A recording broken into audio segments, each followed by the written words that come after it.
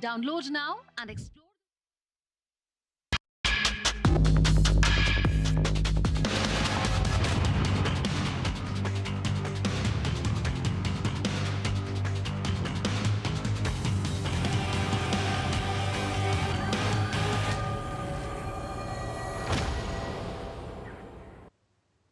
Hello and welcome to Sports Buzz with me, Deepika, your daily half-an-hour window that brings you all the latest news and updates from different sporting arenas.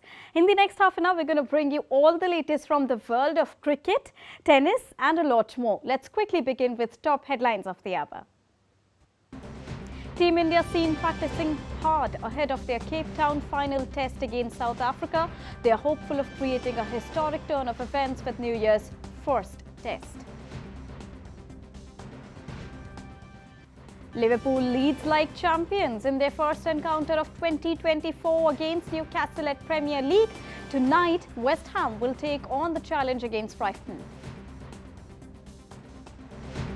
And Spanish footballer Hermoso appears in court to give evidence against former President Luis Rubiales' unwanted kiss during Spain's World Cup. To begin with cricket first, suffering a crushing defeat in the first test, the Indian cricket team is now all set to stage a fight back as they take on South Africa in the second and final test at the Cape Town on Wednesday. Now, India's batting was tested in Centurion while bowling also failed to impress. The least they now can do is to level the series at least.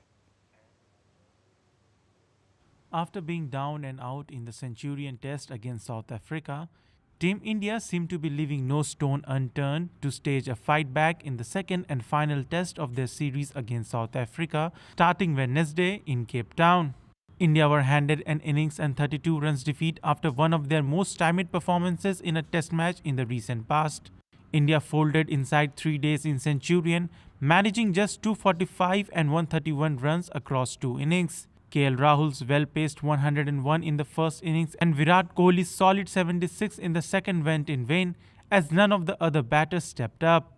India were troubled up by debutant Nandre Berger as he picked up 7 wickets across the 2 innings in Centurion. Marco Jansen also troubled the Indian batters with his pace and bounce at the Supersport Park.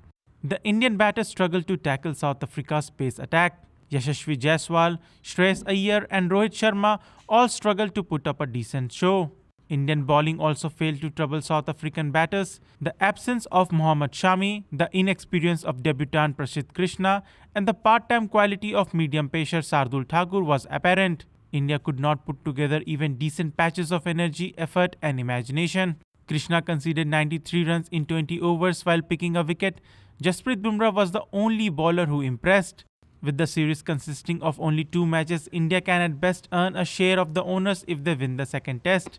India's track record in Cape Town does not inspire confidence as they have never won at the Newlands. In 6 tests, India have lost 4 including the test in their trip to South Africa in 2018 and 2022.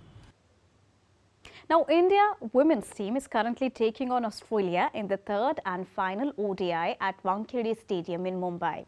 Team Australia earlier won the toss and decided to bat first. Now, having already conceded the 3-match series with back-to-back defeats, the Indian women's cricket team are vouching to mount a comeback and salvage some pride before the action shifts to the T20 series.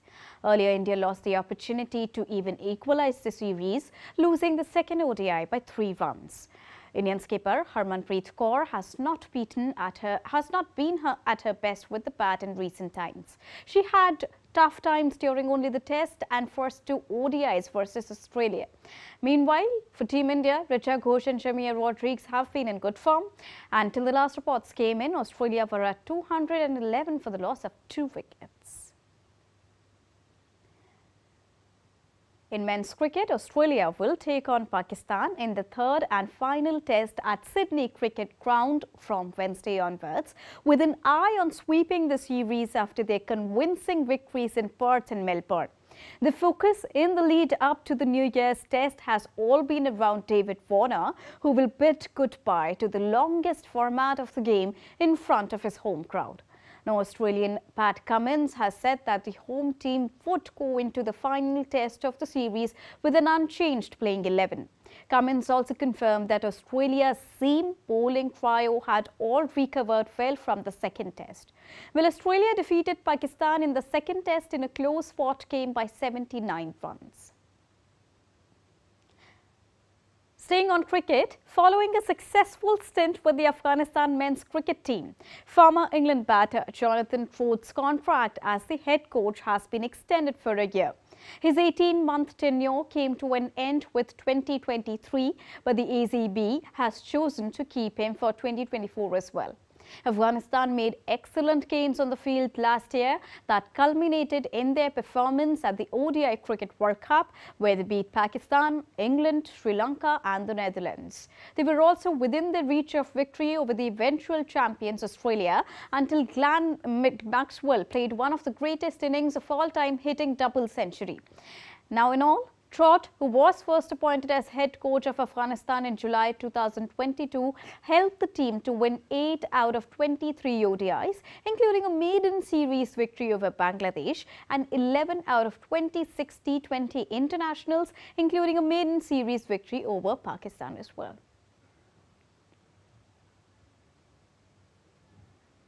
From cricket fields, now let's move on to soccer pitches. Mohamed Salah scored twice in Liverpool's 4-2 victory against Newcastle United on Monday as they open up a 3-point lead at the top of the Premier League points table. Mohamed Salah missed the opening period's best chances when he had a penalty saved, but the forward, who will now join Egypt at the Africa Cup of Nations, tapped home a cross for the first and then converted a second spot kick in the closing stages. The 31-year-old Mohamed Salah, who has 151 Premier League goals for Liverpool, sits even with City's Erling Haaland as joint top scorers with 14 goals in the season. Liverpool began the day level with Aston Villa on points and now have 45 from 20 games. Aston Villa have 42 points, while Manchester City, who've played one fewer game, are third at number 40. Newcastle are ninth on 29. Spanish female footballer Jenny Hermoso arrives at the court for World Cup case probe to give evidences against the former president of the country's Football Association, Luis Rubiales, over an inappropriate conduct during Spain's World Cup victory last summer. In a closed-door session, Hermoso is set to give her version of events that turned the celebrations after the victory in August into a global Me Too movement. The incident at the medal ceremony following the Spanish women's team's World Cup victory in Sydney sparked controversy, following which Rubiales was banned from all football-related activities by FIFA, sport's governing world body. The 2024 sporting calendar is set to be dominated by 4 huge sporting events: Euro 2024, Olympics and Paralympics, and T20 Cricket World Cup. Here's a rundown of the major events that are going to be the spotlight for the year. Let's take a look. 2023 was a massive year for sports, with several major sporting events taking place, including the Cricket World Cup, Rugby World Cup, FIFA Women's World Cup, and Men's Hockey World Cup. However, if you thought that was massive, just wait until you see what 2024 has in store for you. 2024 brings with it some of the most prestigious and most watched sporting events in the world. Here is a rundown of the leading sports events in 2024. 15 to 28 January, tennis, Australian Open, Melbourne Park. 25th to 11th March, cricket, India vs England 5-match test series. 2nd to 18th February, aquatics, World Championships, Doha. 12th May, football, Women's FA Cup Final, Wembley Stadium. 22nd May, football, Europa League Final at Dublin Arena. 25th May, football, FA Cup Final at Wembley Stadium. 26th May to 9th June, tennis, French Open, Roland Garros, Paris. 29th May, football, Europa Conference League Final, Athens. 1st June, football, Champions League Final at Wembley Stadium. 4th to 30th June, cricket, Men's T20 World Cup, hosts USA and West Indies. 14th June to 14th July, football, Euro 2024 in Germany. 26th July to 11th August, Olympic Games in Paris. 26th August to 8th September, Tennis, US Open at Flushing Meadows in New York. 28 August to 8 September, Paralympic Games in Paris. Narayan Singh's report for DD India. We are moving for a short break, but still to come on Sports Buzz. France and Australia performs an edge above at the ongoing United Cup.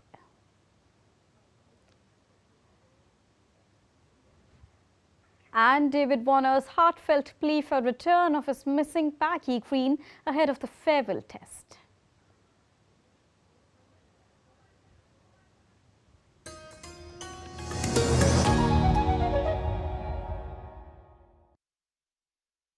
In a world that never stops, where information shapes our reality, one app stands out, helps you stay ahead of time. Introducing the DD India app, your gateway to a world of news right at your fingertips. Your most trusted source of news goes global, goes digital. Explore a world of options, top stories, live updates, in-depth analysis, and more. Stay informed wherever you are. Real-time alerts keep you ahead of the curve always.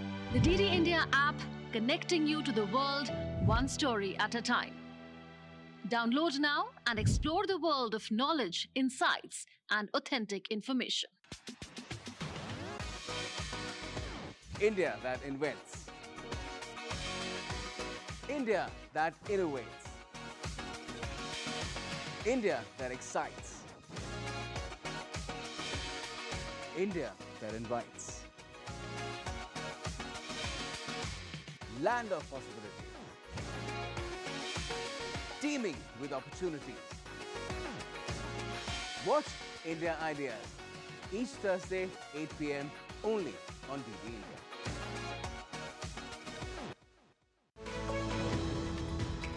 We just don't bring you the news as it unfolds. We get to the heart of the matter. We don't just present facts, we demystify complex social, political and economic events. We break stories that shape the world's present and future because you deserve the truth. I am Tanvi Taneja from New Delhi. I'm Ollie Barrett from London. I'm Nick Harper from Washington, D.C. Join us on DD India Global Monday to Friday at these times.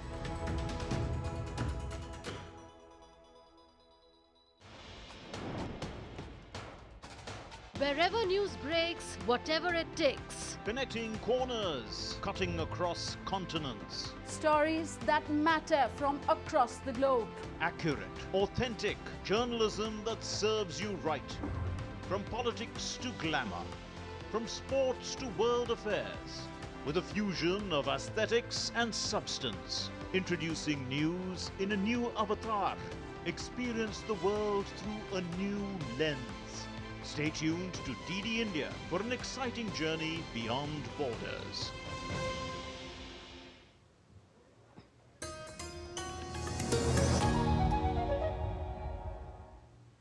Welcome back after that short break. Now, ahead of David Warner's final test appearance at the SCG this week, David Warner made an unusual appeal. Warner made a plea on social media for the backpack containing his baggy green cap to be returned after it went missing on the journey from Melbourne to Sydney. The bag is understood to contain 2 caps, including the one that Warner has worn for the majority of his 111 tests.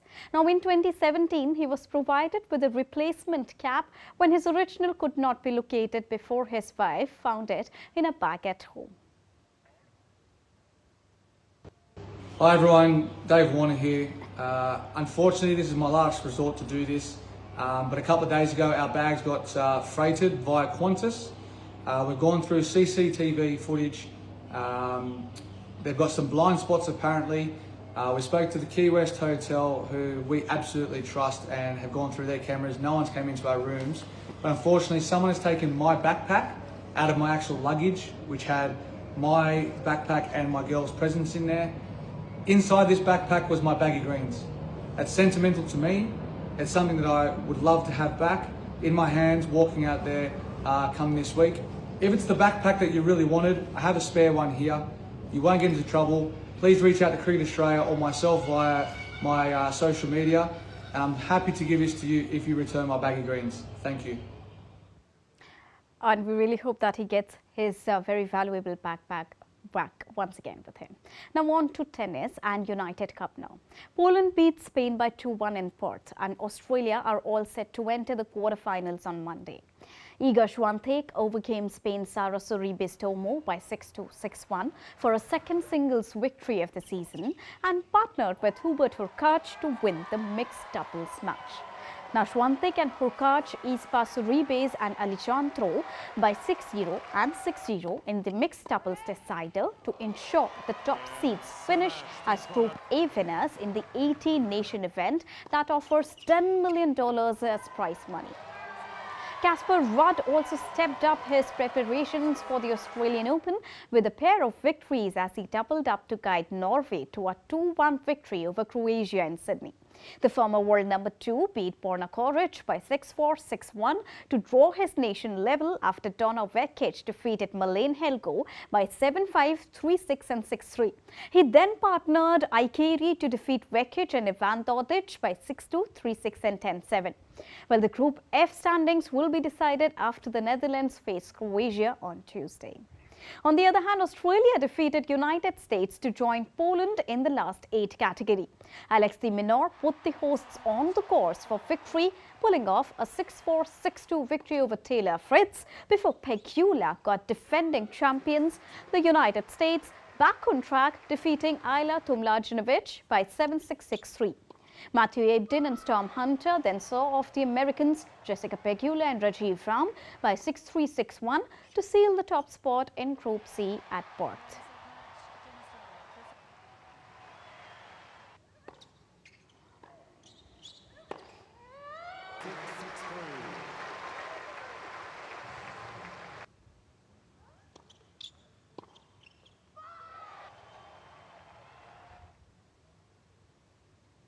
Staying on tennis, Novak Djokovic received a treatment for wrist issue during his United Cup match against Jiri Lehecka on Tuesday, but the world number 1 battled through for a 6-1, 6-7 and 6-7 victory that threw Serbia level with Czech Republic in the $10 million mixed team event. Djokovic, who is gearing up for a tilt at a record-extending 11th Australian Open title this month, appeared to be bothered by his right wrist in practice and occasionally grimaced in the opening set at the RAC Arena. The Serbian had his wrist worked on by a trainer after the first set, and Lehecka sensed an opportunity, winning the second set in tiebreak. Now, Djokovic took a medical timeout before the start of the third set and came out firing, running up a 5-0 lead before sealing the match.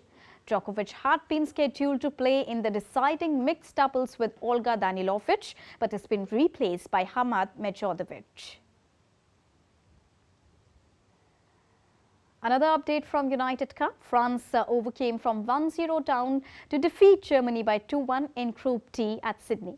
Alexander Zverev gave Germany the lead with a thrilling 4-6, 6-4, 6-3 victory over Adrian Manarino, but Caroline Garcia defeated Angelique Kerber by 1-6, 6-2 and 6-2 to draw France at level.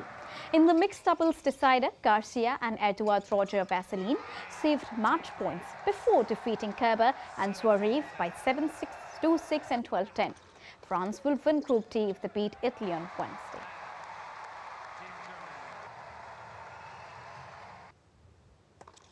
Moving on, Kenya's Pete Rice broke the women's world 5-kilometer record at Gazadil's Nassau's Road race in Barcelona. Pete Rice crossed the line in 14 minutes and 13 seconds, beating Ethiopian Senebere Teferi's women-only record by 16 seconds. She also finished 6 seconds faster than the women's world record in a mixed race set by Ethiopia's Ejiahu Tai at 2021 Gazadil's Nassau. The victory also completed a successful year for her, who won the World Cross Country title Bathurst in February before claiming the inaugural World 5-kilometer title race in Riga in the month of October. She also won a bronze in the 5,000 meter at the World Championship in Budapest in the month of August. Now, Britain's Katie Snowden and Holly Dixon finished 7th and 10th. The men's race was won by 25-year-old Dominic Lupula of South Sudan.